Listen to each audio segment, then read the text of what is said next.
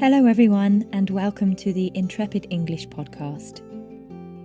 Today's episode is about phrasal verbs.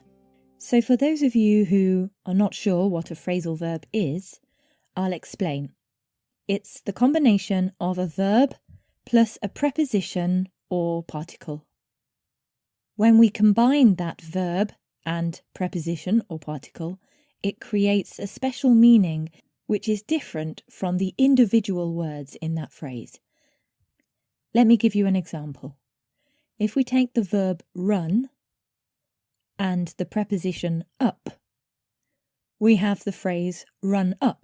Now, if we are describing the process of someone running up a hill, for example, then that is literal. That's a real meaning. Someone is running up a hill. Now that's not a phrasal verb, that's just a verb plus a preposition.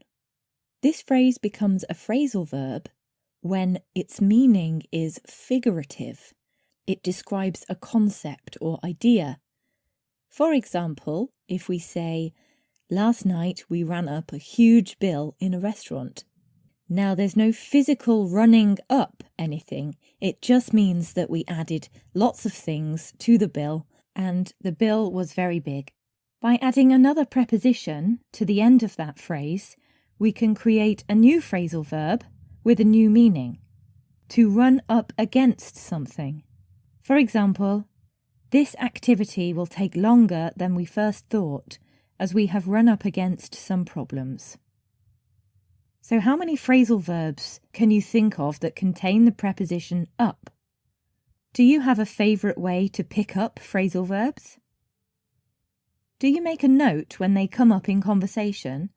Or do you like to speed up the learning process by reading up on this grammar in a textbook or looking it up online?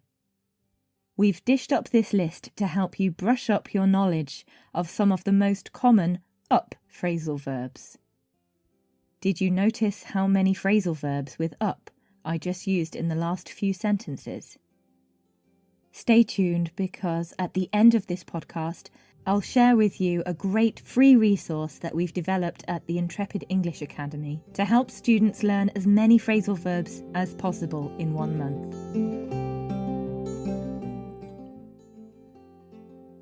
Brighten up.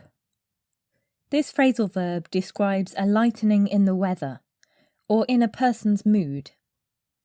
It could also refer to the process of improving something, like repainting an old peeling wall. For example, you won't need to take your coat and umbrella. It's beginning to brighten up outside. Sarah has just bought several tins of paint.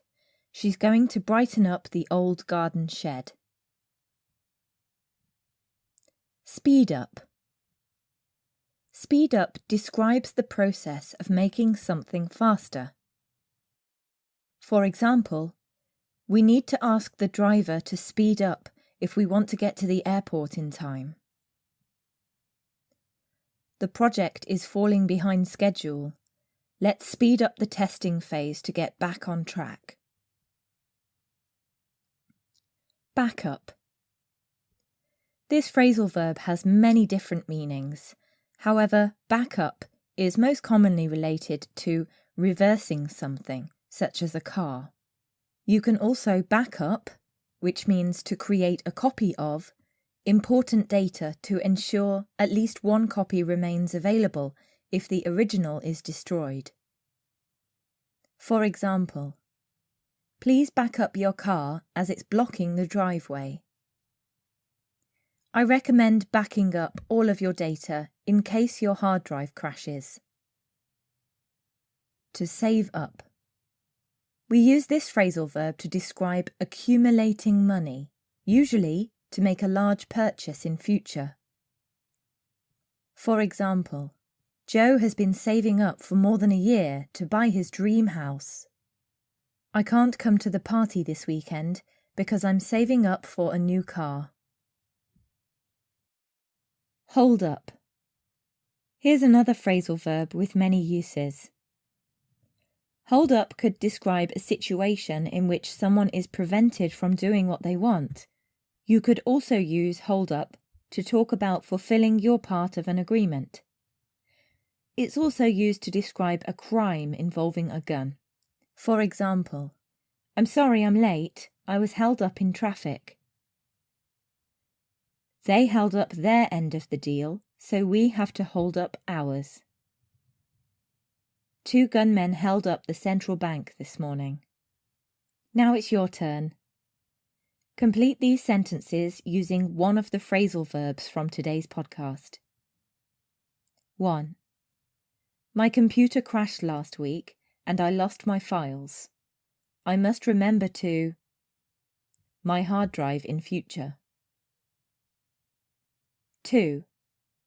Let's this room with some white paint and a new sofa. 3. The train was due to ice on the track. 4. I've hardly got any work done today. I was in meetings all afternoon. If you have enjoyed today's podcast, you'll love our free email course, Figure Out Phrasal Verbs. To sign up to receive this email course from the 1st to the 30th of April, simply follow the link in the episode notes. As always, we love to hear from you, so please feel free to drop us a line by sending us a message on the Intrepid English website. If you have any questions or would like to book a trial lesson with one of the Intrepid English teachers, just go to intrepidenglish.co.uk to find out more. Thanks for listening, and I'll speak to you again soon.